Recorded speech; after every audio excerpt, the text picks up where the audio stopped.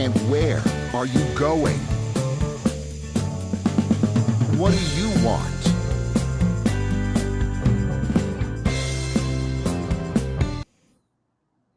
Hello and welcome to Trust and Estate Weekly. I'm your host, Kevin Bemmel, and I'm here every Monday at 10 a.m. Pacific time to talk about estate planning and trust and estate administration, both from the standpoint of professionals who help people with such doings, including my guest, Lisa, and as well, for those of you who are, curious and want to get more educated for your own purposes and be able to talk to your advisors more intelligently. And so this today, I always want to say this morning because here on the West Coast it's morning, but I realize in New York it's already afternoon. And I have one viewer who watches almost every show from Africa, so for him I think it's already afternoon. But in any event, today I'm very pleased to have as my guest Lisa MacCarley. So Lisa is a relatively new friend of mine. We've been talking about some, opportunities to work together. But in the course of doing that, Lisa, mentioned to me her very deep interest and her really astonishingly broad knowledge on the issue of planning for incapacity. So Lisa is an estate planning attorney, as you might guess, but she also gets involved in the administration of estates and conservatorships and such. So without further ado, Lisa, thank you so much for coming on Trust and Estates Weekly. Well, thank you for having me this afternoon, Kevin. Lovely to see you again. And I do appreciate every opportunity to talk about the silver tsunami. But a little bit about myself. I went to law school started in the 1980s. And I went to actually be a probate and conservatorship attorney, which was very unique at that time. But I was mentored by a pair of attorneys, Mark MacCarley, who I ended up marrying, and Walter Rosen, who was a child who knew me as a child. And they explained that they foresaw the great opportunities to help people and to be of service to the community of the aging population. And in particular, I've always been fascinated by the boomers because I'm a very young boomer. I'm born in the 1960s. So I come at a tail end of a historic, unprecedented period in history where so many people were born starting in 1946. And during my career, I've had a chance to work on explore a very, very famous conservatorship. I was actually instrumental in the Free Britney movement. And many people, if you Google me, will see that link, but I was the first attorney that showed up and discovered in 2020, before everyone else did, but this was important, that Britney Spears had been deprived of her constitutional rights. She was not given fair due process in the inception and creation of her, I think, rather awful 13-year conservatorship.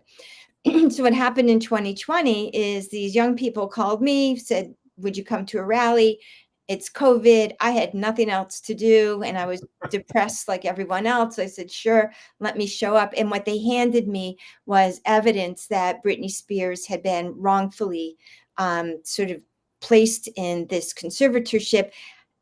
And by 2021, journalists had taken notice, politicians had taken notice. The Free Britney movement erupted into something that was international and absolutely fabulous. But basically, because I was able to spot what went wrong, the Free Britney movement went from a conspiracy theory with a bunch of crazy fans to being a very legitimate, very intuitive, well thought out movement. And as I recall, in the end, the conservatorship was whatever the word would be, taken away. And right, her father was acting as conservator, I believe. Yeah, I mean, the whole thing was just so There was a lot awful. of sort of what appeared to be financial malfeasance going on, and yeah, What- it's funny because I saw that on your LinkedIn page. Maybe Mhm. it was last week, and I'm looking and thinking, "Free Britney," and I'm thinking to myself, "Brittany Grimer? No, couldn't be." Yeah. I'm not, to be honest with you, I'm not really sort of into popular culture. So, but anyone who's in our business has, knows at least a little bit about the situation with Britney Spears, and has seen these kinds of situations where someone is wrongly put under a conservatorship, and oftentimes it's because family members or whomever want to, get a hold of whatever they've got. And it doesn't have to be someone fabulously famous and wealthy. It can just be someone with modest assets that somebody else is trying to get. Exact. I mean, you're making an excellent point, and that's what we're going to talk about in a minute. But conservatorships, at least in Southern California, and I don't mean every conservatorship. Obviously, there are some conservatorships that are well-meaning and important and needed to take place, but I do fear that the process is not transparent enough. It's not efficient. And so, one of the things that I would tell your audience is that doing an estate plan may seem like such a nuisance, but for, let's say, $2,500, you can actually help keep out of conservatorship court even more so than like this, like what happens when you're gone, but Right. you really do not want to be part of a system that is as broken, expensive, dysfunctional as our probate conservatorship courts are right now. And unfortunately, although I had for a moment great hope that there would be meaningful reform Mm-hmm. in the conservatorship courts, I'm not seeing that in many of these counties, because what happens with these institutions, like probate court, is that people turn over. So you'll have different judges, different staff, and there's no historical memory. Like, Right. what went wrong with Brittany? Or nobody acting in the court right now would Right. really understand or have a recollection of what happened in 2008, with one exception, and that would be Judge Brenda Penny. But because of these cases, and because you're absolutely right that there is such a large amount of dysfunction, expense, delay, frustration, Mm-hmm. so many things go wrong, that I'm here to urge people, especially baby boomers. And this is what a tactic I would say is that next year, 2026, baby boomers start turning 80.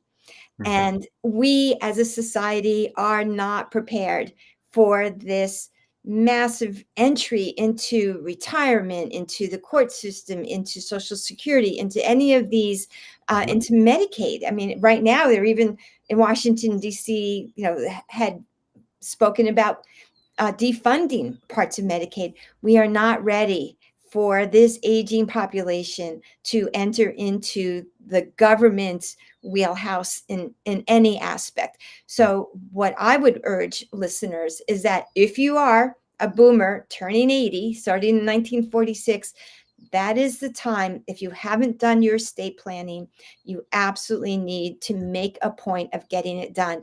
An estate plan may cost $2,500, $4,000, $5,000. Conservatorships cost to start the first year about $10,000 to $12,000, and $5,000 to $6,000 thereafter. Right. And it is pretty much impossible to get out of a conservatorship, because once you've been deemed incapacitated, you Right. can't go back and do that estate plan that you meant to do. Right. So, as we think about estate planning, and let's just say you're a person that says, I don't care who gets it, my kids will get it, let the state decide. You do not want to be a conservatee, especially in Southern California, but in anywhere in this country. And there's two documents that I'm going to urge every listener, but most especially if you're born in let's say this year, 1947, then 1946, as you look at age 80, and please get 2 documents done. They're cheap, they're easy. You could actually do it without an attorney. You Google the name of your state and then the words Advanced Health Care Directive. So here in California, Advanced Health Care Directive. And that will bring up a form that you can use to designate who you want to make medical decisions, healthcare decisions, housing decisions, which doctors that you see, where do you go to live, sometimes even which family members and friends you get to socialize with. The person that you choose will be entrusted unless something goes haywire, and it does, and we'll talk about that in a minute. But having an estate plan, an advanced healthcare directive, will at least give you a chance of staying out of probate court. There's another document. It's called a statutory, or you could say, put in your state, statutory durable power of attorney. The word durable has to be in there. The word durable means that even if you reach a point where you cannot make financial decisions for yourself, the person that you designate can continue to act on your behalf. Now, this is not to say that you shouldn't get a trust. Go see a lawyer and set up a trust. It doesn't mean that you shouldn't do a will or anything else. But my focus has been conservatorship court, because I've been studying it. I've been looking at the delays and getting help, and also how broken the whole system is and how expensive. So planning for incapacity means to me taking at least maybe $500, maybe $1,000.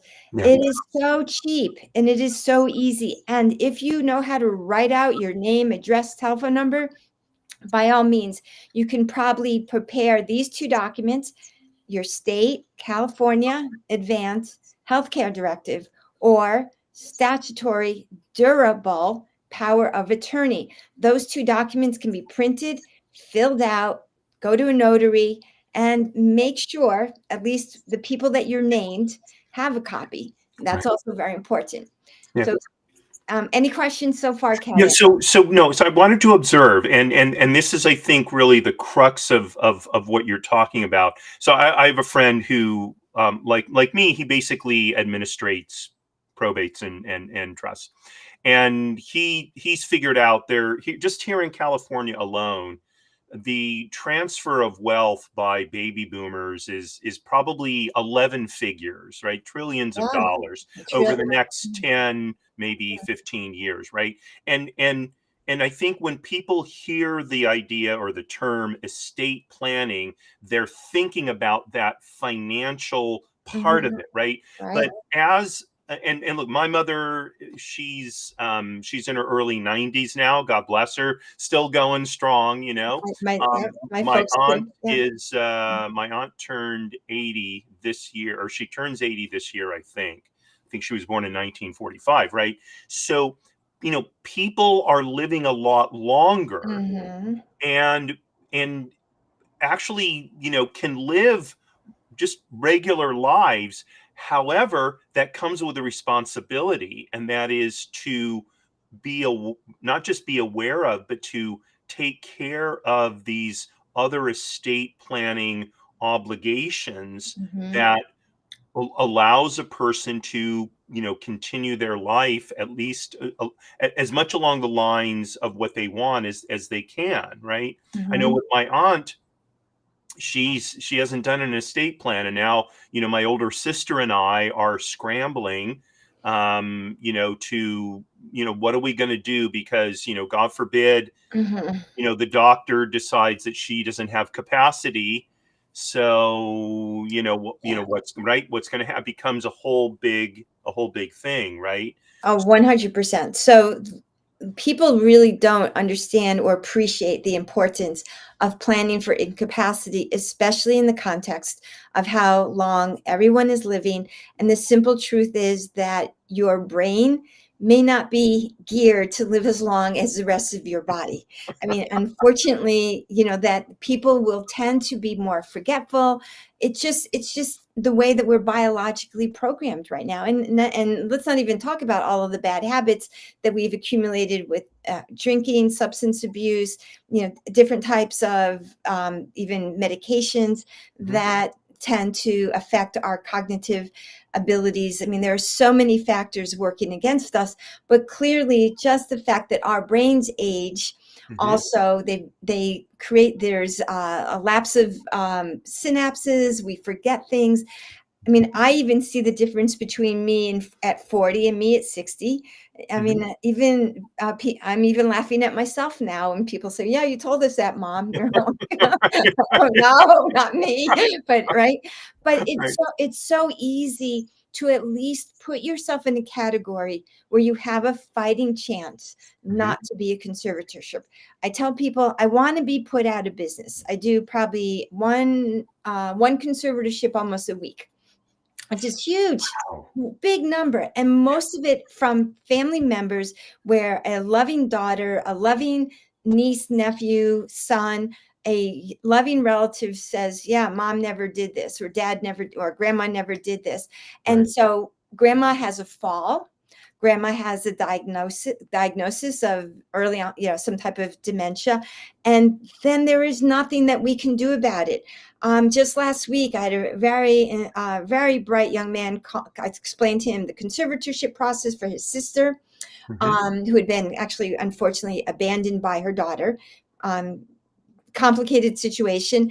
So he said he hangs up when he finds out. Like, I'm like, look, it's a $5,000 retainer, and just the filing fees, meaning just what the court takes, is about $1,200 Right. in California. In other words, you could easily get these two documents, the statutory durable power of attorney and an Advanced Health Care Directive. You can pull them off the internet for free. But as soon as you start engaging, where one of your relatives start engaging with me, it's $1,200 just the first filing fee. Right. Never even mind all, and then it's $500 a pop, pretty much, for anything else that you need to go to court to do.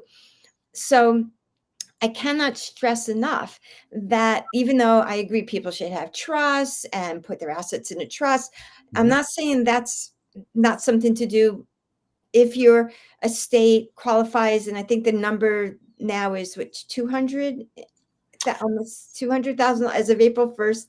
It took a big jump up. Yeah, it's I think now the small state exemption is around 750 or something, but For even from family residents, for right, your family for family residents, it's residents, 750, right? exactly. Which is still kind of a joke here in LA.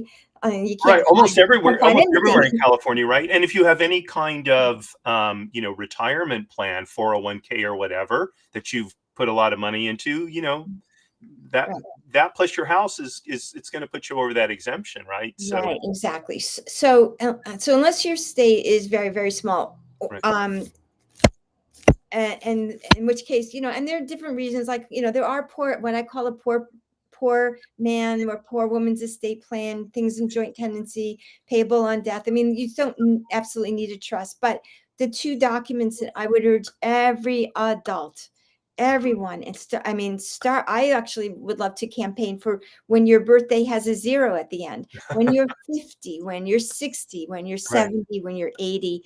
Probably by the time you're 90, it might be too late, but things can happen very quickly.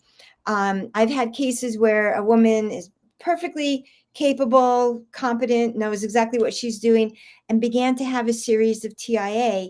And in 2 months, these small assaults to her brain, she was completely incapacitated in 3 months, just from a series of these TIAs, these small assaults on her brain.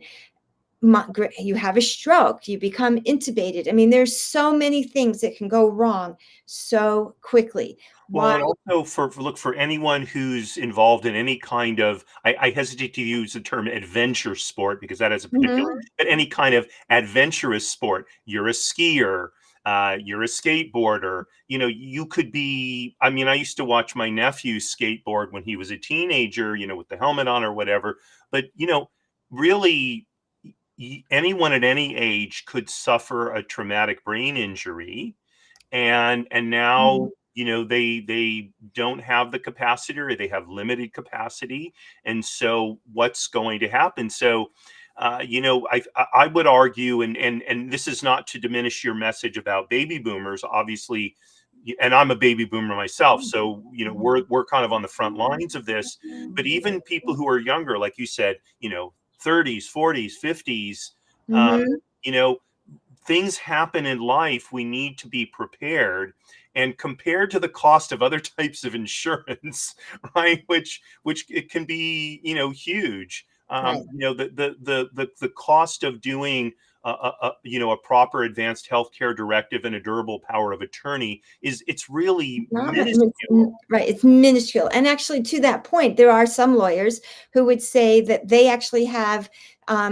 18-year-olds. Like, in other words, that as soon as you become an adult, and so let's just say 20. So maybe the message should be that every time you reach your birthday that has a zero at the end, you're going to do your SART plan starting at age 20. But you're absolutely right. I do have those cases, and it's tragic, but things happen in people's lives all the time, whether it's a car accident or something. So yes, traumatic brain injuries, workers injuries, There is you go. another. Yeah, another There's huge not category, people right? falling or getting injured at work.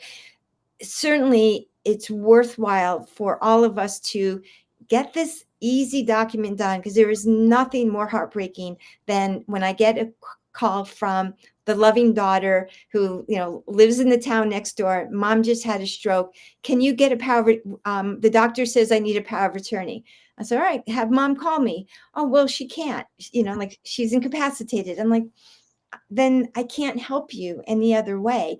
And it breaks my heart, because I would say most of the conservatorships that we do can be avoided, Mhm. could have been avoided if mom or dad or grandma, grandpa had just taken an hour, Right. of time. I mean, because it's nothing. You can literally Google these documents, find them online. They're in PDF form or fillable form, and just sit there at the family table. If you have friends, maybe you have one or two girlfriends or companions, print out a bunch of them. You all witness and work on it together, make it efficient. But it is absolutely imperative, because the court system is just not prepared Right. for what will be this huge volume of potential conservatorship candidates. And I would say that between what I call the court appointed attorney system and these delays, I mean, we're peeling off $10,000 a year Hmm. for people just because they didn't put in place these simple documents. So my message is, put me out of work, please.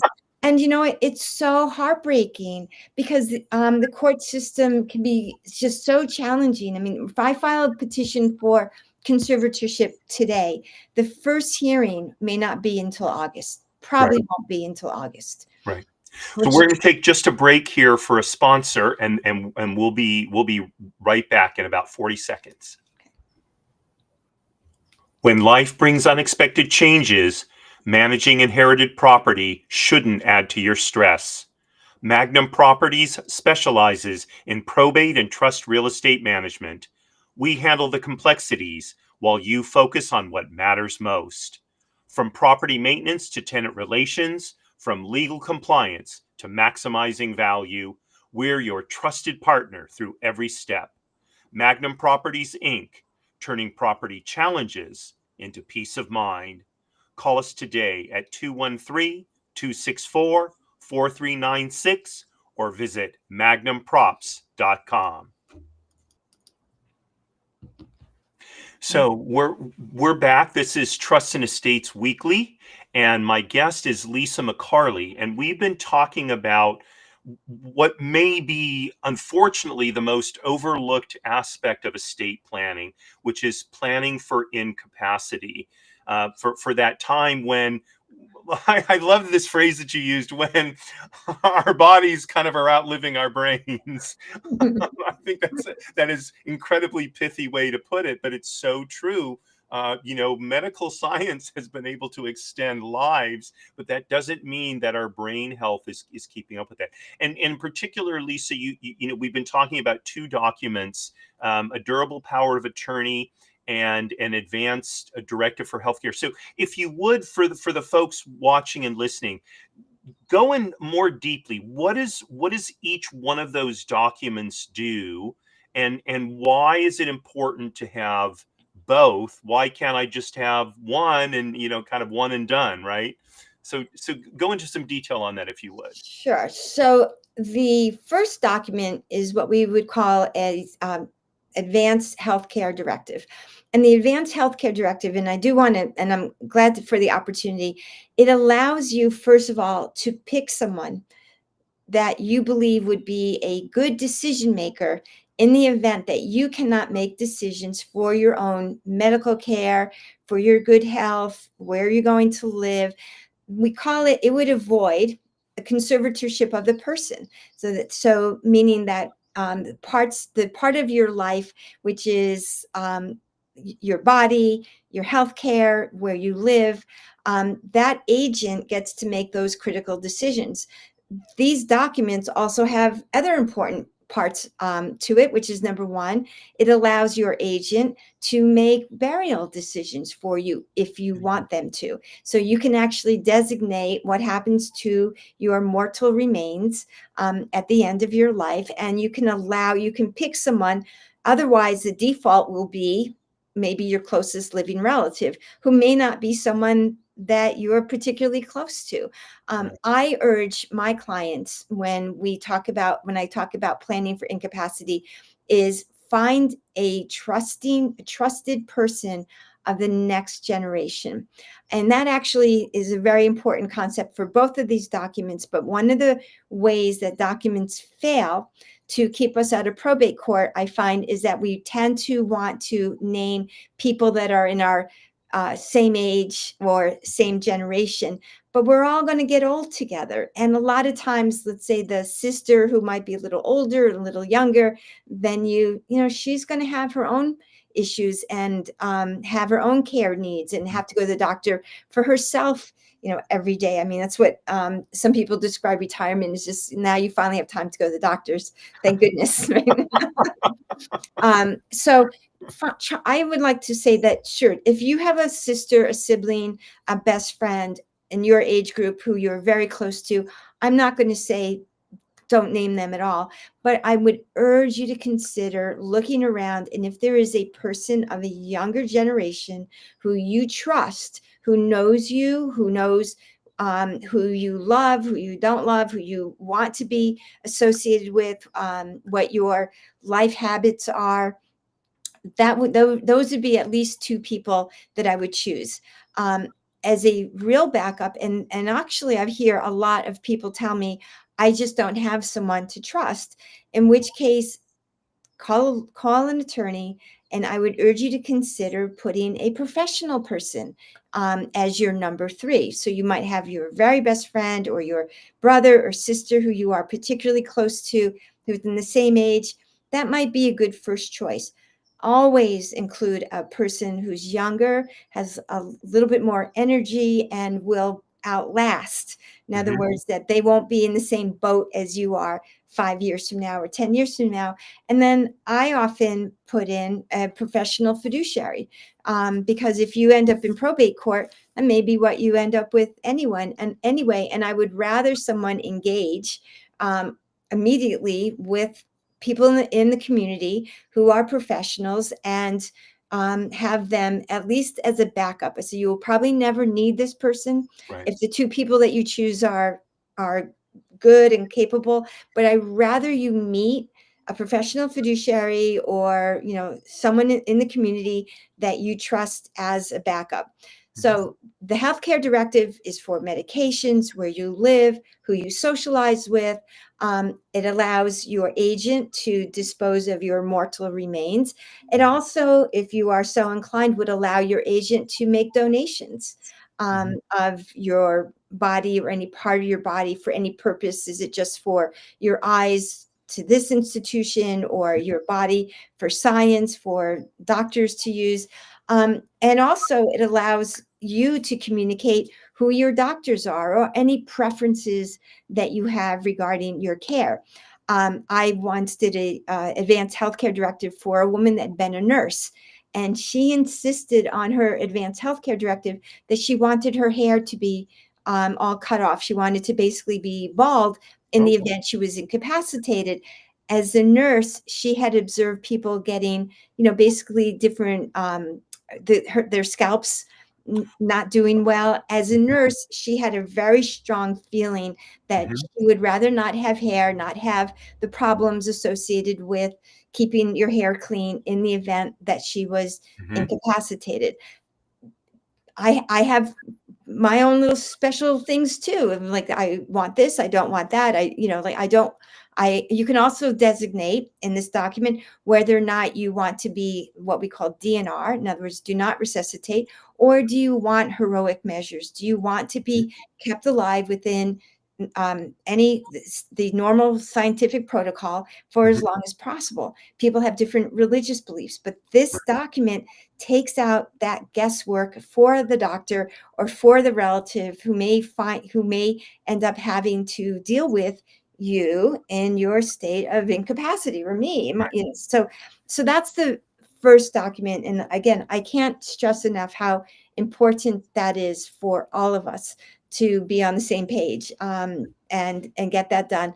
The second document, a little more boring. Your durable power of attorney allows your agent, again, someone that you choose, to help pay your bills, to help manage day-to-day finances, to help pay your income taxes, to file and sign an income tax return. Well, what if you need to sue somebody? What if there's an insurance claim and you're incapacitated? So the financial side of it is basically stepping into your shoes with respect to your finances and all of your legal problems and any problems that we all seem to have with our mortgage companies and so Right. forth. But it allows the people that you choose. And again, same general rule. If you have a best friend, sibling, someone that you trust who's a contemporary, by all means, you could start with that. As a secondary, a younger person that has some financial savvy also would be important. In other words, not the person who says, "Oh, I can't stand paperwork. I don't understand bureaucracy," but perhaps there's somebody that sits at a desk, doesn't mind doing the paperwork, doesn't keeps on top of things pretty well. Those are the people that you would name. And of course, if you feel like I don't want to burden my family, which many people do, speak to an attorney about perhaps adding a professional fiduciary. I did a talk just last week, and I said, it's probably true in every community in California that you can't throw a tennis ball in any direction and not hit an estate planning attorney. I mean, there's just so Google your name of your city, and Yeah. Glendale, estate planning attorney, and Yelp will probably bring up a list of very good qualified people. I do some estate planning, but obviously, if you're in Orange County or if you're in San Fernando Valley, Glendale area, might be too far. I believe in being connected to an attorney in your community. Absolutely. I think that's important too. And there's so many good lawyers out there who are genuinely trying to get the word out. Stay out of probate court. It's broken. It's already crumbling. The judges are overwhelmed. In fact, we hear regularly that the judges are saying we have too many cases. And now with all of the predicted budget cuts, it's not getting better. So, they're not going to. It's interesting because just yesterday I was speaking to a friend of mine. We were catching up. We hadn't spoken in a few weeks. And I was telling him I was in a hearing on Thursday of last week. And for his 8:30 calendar, the judge had over 30 matters he was supposed to hear. And I was on his 9:30 calendar, right? So he didn't get to his 9:30 calendar until 10:15, and he only got there because he really had to rush through, especially toward the end of his first call calendar. And Mhm. by the way, he's a good judge. They're all right. One of the it was quite interesting because one of Mhm. the attorneys on his 8:30 calendar was basically said to him, "Sir, or Your Honor, would you please make sure, you read the pleadings for this before the next hearing, blah, blah, blah." And the judge, I tell you that he didn't lose his temper. I give him credit, because he said, "You know what? Most days I'm up until 10:30 or 11 o'clock reading pleadings. So the fact that I didn't read your pleadings for this case was because they were submitted late. So you don't need to ask me to read the pleadings." Mhm. But I mean, now that's a judge who I think is particularly dedicated to doing a good job. But Mhm. even with that level of dedication, he has far too many Far too, cases right. that he has to hear. It's just Exactly. it's an impossible load. Eh, So I wanted to bring up another thought, and this is also from a case I'm handling relative to a durable power of attorney. So, and I think this is to your point, and that is, I think people need to be advised to really think carefully and honestly about the people they appoint. Because I had a situation where a Mhm. mother, we assumed the appointment was valid. We had our doubts about it, but she appointed her daughter as her agent under a durable power of attorney, and her daughter decided that that gave her authority to be the executor under what amounted to a fraudulent will. And she engaged an attorney to pursue this, ostensibly on her mother's behalf. And she ended up spending, I would say conservatively, between $20,000 and $30,000 on a completely fruitless attempt to sustain this will, right? And what's interesting is the first couple of times I spoke to the daughter who had the power of attorney, I got a very bad feeling about her in terms of her honesty, frankly. And I would, I'd be willing to bet the mother kind of knew, this is a Mhm. child Yeah. who had never worked, and she was already in her 60s and had kind of lived off the fat of the land, right? And I'm not saying her mother shouldn't love her. I hope she loves her daughter. But when it comes to financial decisions, I think we need to be as coldly logical as we can, Mhm. because after all, this is not for the benefit of the agent of the power of attorney. It's for our benefit, and we really need to choose one who understands the kind of fiduciary duty that's being handed to them, right? Because otherwise it 100%. Mhm. defeats the Yeah, purpose. and it really is kind of scary. I mean, if we're being very frank, how unprepared so many people are for understanding fiduciary duty, for understanding financial management, and how do we scoop these people up, and how do we get moms to pick the right person, or how do we make people more trustworthy? I mean, it's tough, but here's what my response, even more so, for those of us that have access to competent, capable individuals, we owe it to the rest of the community to get our estate planning done so that we can stay out of that courtroom. We don't need to be one of the 30 people that a judge has to talk about at 8:30. For many of us, and these are the heartbreaking ones, where there's like this perfectly lovely daughter or a perfectly lovely son or a nephew, someone who's around, and mom or dad just never got to doing the estate plan. Right. As a community, we have a duty to each other for those families with functional adults with children that have gone out, and they've earned a living, or they've fighting the good fight in Mhm. society. We owe it to the rest of the people to not be in that courtroom, Mhm. to not take up that judge's time. And that's exactly the message that I have been going around lately talking about, which is that if you are, as a citizen, as someone understanding what we will be up against, especially starting next year, as our baby boomers start getting into their 80s, you Mhm. owe it to yourself and you owe it to everyone else around you not to be one of those 30 cases in the 830 calendar.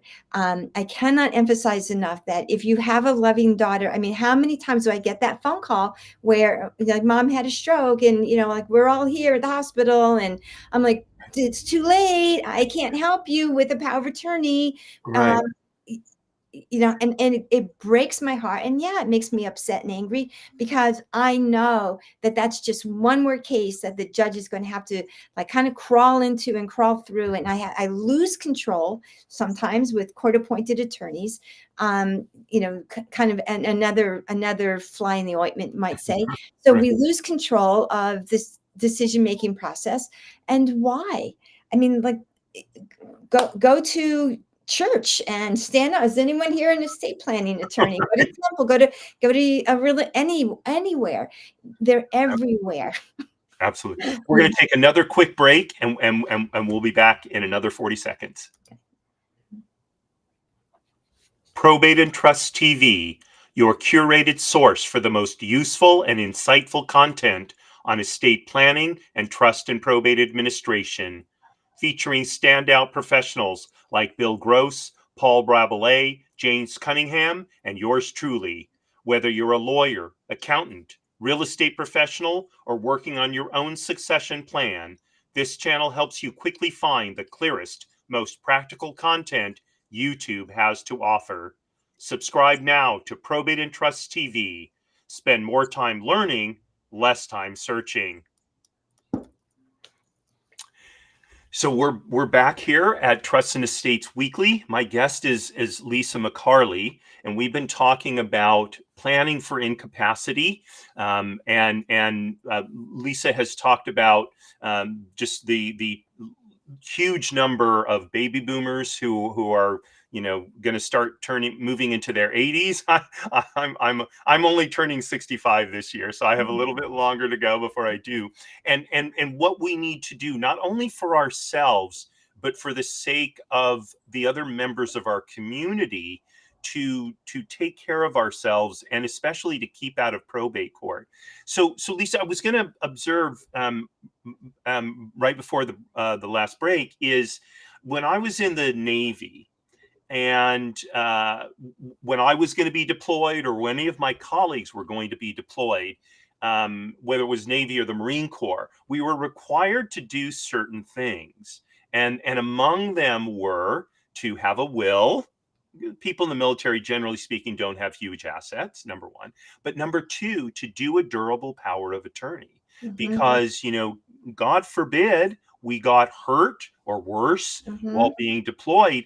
In what situation were we leaving our families if we didn't take care of those documents? Now, the thing about the military is, of course, they can say, we're ordering you to do these documents, and so you will do them, or you will, get into trouble, right? So as a society, we don't have the ability to do that, with people. But on some level, I think this is a lesson that our my fellow civilian citizens, if you will, could learn from people who have been in the military, which is, you don't, by the way, these are all young people. Some of them are. Oh yeah, no, we're a military family here. Oh, okay, right. So yeah, there's no exemption just because you're 18 or something like that. You do it because it's the right thing to do. And so I think that your efforts to instill that same ethos, right, in people in general, really is admirable. So let me ask you, beyond the two documents that we've been talking about throughout the show, the Advanced Health Care Directive and the Durable Power of Attorney, what are there other documents related to dealing with incapacity that we should be thinking about? Maybe they're not as crucial as those two, but they may be relevant. For example, if we have children who are they're still minors, or things like that, what other preparations might we need to think about as we deal with this situation? Well, when you talk about the situation in terms of incapacity or making healthcare decisions, what I would also urge people to do is talk to their doctors and think about what's called the PULST, which is a document where now it seems to be very coming up more frequently, a document designating what medical treatment that you do or do not want to have towards the end of your life. And that's generally, I don't prepare those, but a lot of people have presented them to me from a nursing home or from a hospital when the critical need arises. So certainly there's used to be what called a living will. Okay. Those are those are important, probably not as important as the Advanced Health Care Directive, but those certainly are the hospital may have those.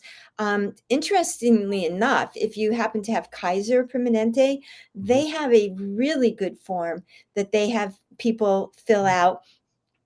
So instead, which is basically their form of an advanced healthcare directive, where they even ask you questions like, at what point do you want to discontinue having care? When I no longer recognize family members, when I'm no longer able to feed myself. So they actually go through a lot of questions. Who do you consider to be important in your life? Like who should be able to see you? So any of those medical care related documents certainly should be reviewed. Oh, and by the way, don't put them in your closet where no one can find them. make sure make sure you get copies of it to a doctor, to the hospital. I'm going to have minor surgery, and that's one of the questions that they ask. You have an advanced healthcare directive. It's like my toe, right?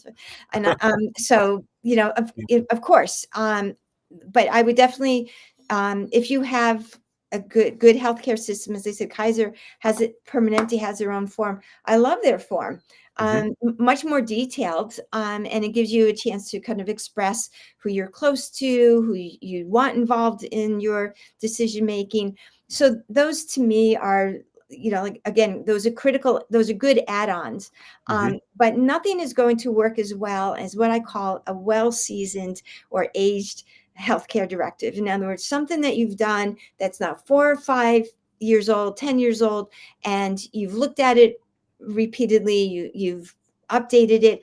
Judges love that because it means that even if there's someone else who's not in your family who wants to kind of attack. So let's just say that you have 3 children, 2 that you're close with, 1 that you haven't spoken to.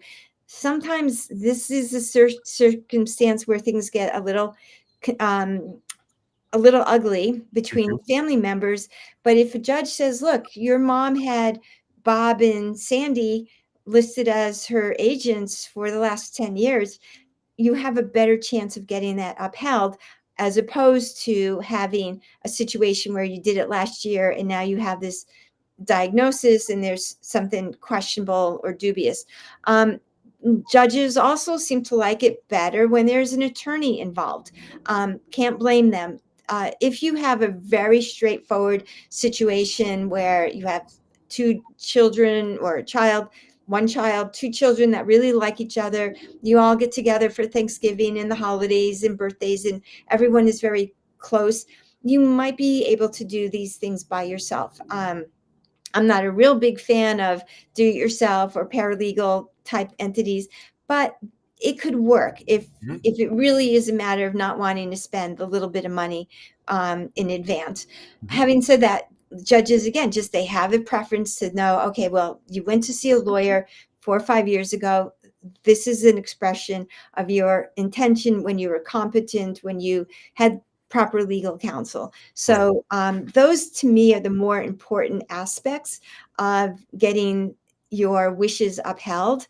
And so, Kevin, how much more time do we have? We have about 5 more minutes. All right. So let me just scare you a little bit to readers in the audience.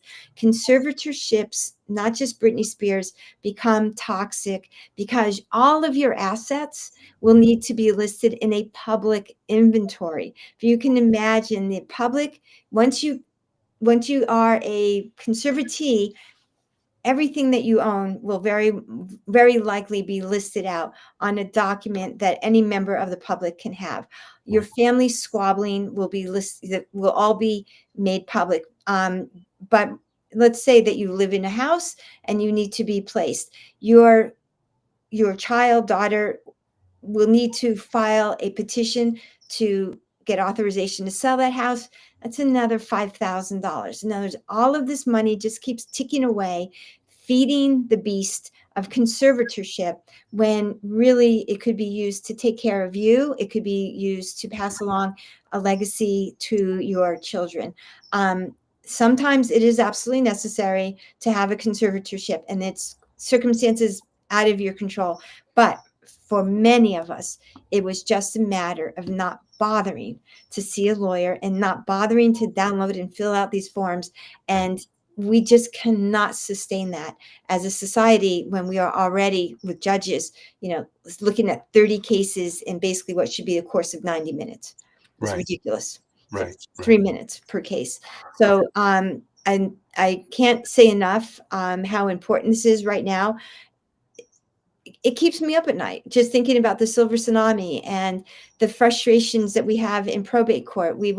I was in probate court, conservatorship court on Friday, and this woman had been victimized in one of those telephone scams where somebody presented himself as an actor. I think it was Mark Harmon or George Clooney. So, and this poor woman genuinely believed that she was in a relationship with this actor, and we could not shut it down. The judge basically said, oh, if that's what she wants to do with her money, she wants to be a victim of crime, let her be a victim of crime. I mean, it's so unpredictable. It's beyond the pale. Right? So, but had she done some estate planning back in the day, her two lovely daughters, darling daughters, just wanted to protect their mama from this exploitation and predation. All she had to do was sign this piece of paper, and this embarrassment, this humiliation would not have happened. But these are the things that we're seeing. Very broken. And we unfortunately we're not going to have time to do this. I'll have to have you come back. But elder abuse is such an enormous problem, right? I mean, I saw this when my mother-in-law, after her husband died, and here's she was of the the World War II generation. So here's a woman who, pardon me. The great generation. The greatest generation. I was trying to think of the term. She was almost 90 when her husband died, and came from a generation of women who, for the most part, did not engage in business matters, just because that was how society was, good or bad. That's just how it was, right? And people were showing up at her door trying to get her to sign papers to sell her house. Yeah. Right. And I would go visit her periodically to help her. And she would hand me these. And I finally said, Marie, you'll hear me. I always tribute her at the end of my shows. I said, "Here, Marie, here's a stack of my business cards. Anybody who comes to your door, please hand them one of my cards and say, my son-in-law will be happy to speak to you, but otherwise, please leave me alone." And at least that way she had some kind of defense for these people who were just, look, I'm sure some of them were legitimate. They were just, walking in the neighborhood looking for listings or whatever. But some of them were almost for sure predatory. Yeah. And that's a whole nother reason why we don't want to leave ourselves vulnerable, because getting older, our friends are dying, we're lonely, we're so vulnerable to becoming prey to all of these. It's not, and it's not just ladies. I mean, it is. I mean, certainly, I've even heard of lawyers, that have gotten caught up in scams. It is a very brutal world out there, and so as we think about getting older, I mean, be as close as you can to people that you trust, and it's a tough world out there. So for my message for people that are blessed with families and younger relatives and caring environment, take advantage of that. Mhm. Take advantage of that, and please do your estate plan, because there are actually many people out there that simply don't have that they've immigrated from foreign countries and lost track of family and friends, and there may be no other solution. Right. But the number one thing we all owe ourselves is gives ourselves a fighting chance to stay out of probate court. Absolutely. Well, Lisa, unfortunately, our time is up, but I can't thank you enough for coming on the show today and talking about these. They as I said in the beginning, they just get far too little discussion. And as you saw, one of my ventures is called Probate and Trust TV, where I curate as much of the content on YouTube as I can find on these topics. Rarely are people dealing with this issue. So you are, unfortunately, I don't want to say you're a soul warrior, but you are a lonely warrior on this topic. So I really appreciate you coming Yeah, on the show. and I think that unraveling what was done to Britney Spears really focused me, gave me lightning focus on just what a broken system it really is, and I owe it to my fellow man and woman, my fellow boomers. There Look, you go. I'm your little sister. I'm your You're the baby Yeah, I'm boomer. the baby. I'm the right. I call myself Boomer X. I actually kind of relate more to Gen X. And like, I'm your baby sister. Please get these things done, taken care of. Absolutely. I don't want to ever see you in probate court, because Absolutely not. it's just such a toxic place to be. Ask Well, Brittany. I'm going to do a quick wrap up here, and then we'll go offline and we can chat for just a couple of minutes. Sure. So for those, thank you so much for joining us today. I know I saw a number of people watching live, kind of cycling through, and it's always a treat to know that there are people out there watching us.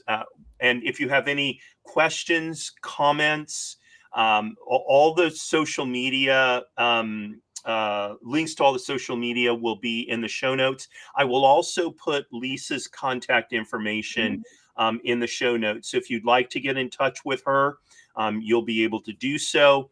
And you know, if you just don't know where to go to find an estate planning attorney, you can always shoot me an email or direct message me, and I will be happy to make some referrals to you. As you might guess, and as you've seen on the show, I know quite a number of estate planning attorneys across the country, and I'd be happy to make a referral. Don't let that hold you back from taking Lisa's advice. And I don't want to make the offer on your behalf, Lisa, but I suspect if you were to contact Lisa and you needed an estate planning attorney in some other community, I suspect Lisa would be happy to help you with that as well. Right.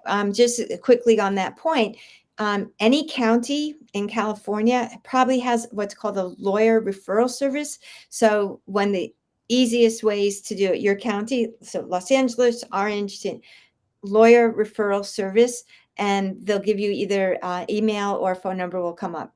Easiest thing you could ever do. There you go. There you go.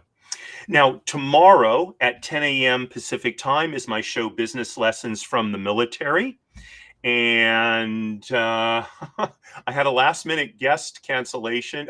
So I am going to be talking about an absolutely fascinating incident in World War II history called Operation Mincemeat. So if you're a World War II buff, you may have heard of this. If you haven't, I invite you to tune in. There are some great business lessons we can learn from this really astonishing. It was almost like a confidence game that the Allies pulled off to try and fool the Axis. And then on Wednesday at 10 a.m.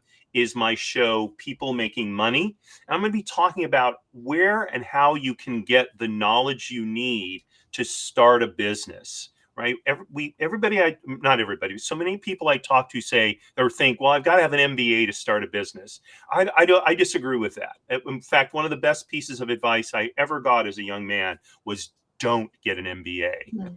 And in fact, he advised me to get a law degree instead. I wish I had listened to that advice because it would have helped me even more as my career developed. So that's 10 a.m. Wednesday, People Making Money. All those times, of course, are Pacific time. And then a week from today, I'll be back with the next edition of Trusts and Estates Weekly. So Lisa, one last time, thank you so much for being on the show. Really appreciate it. And thank you again, all of you, for watching. And signing off as I always do, Marie, you are and ever will be my belle. Courage at all times, my friends. Thank you, Kevin.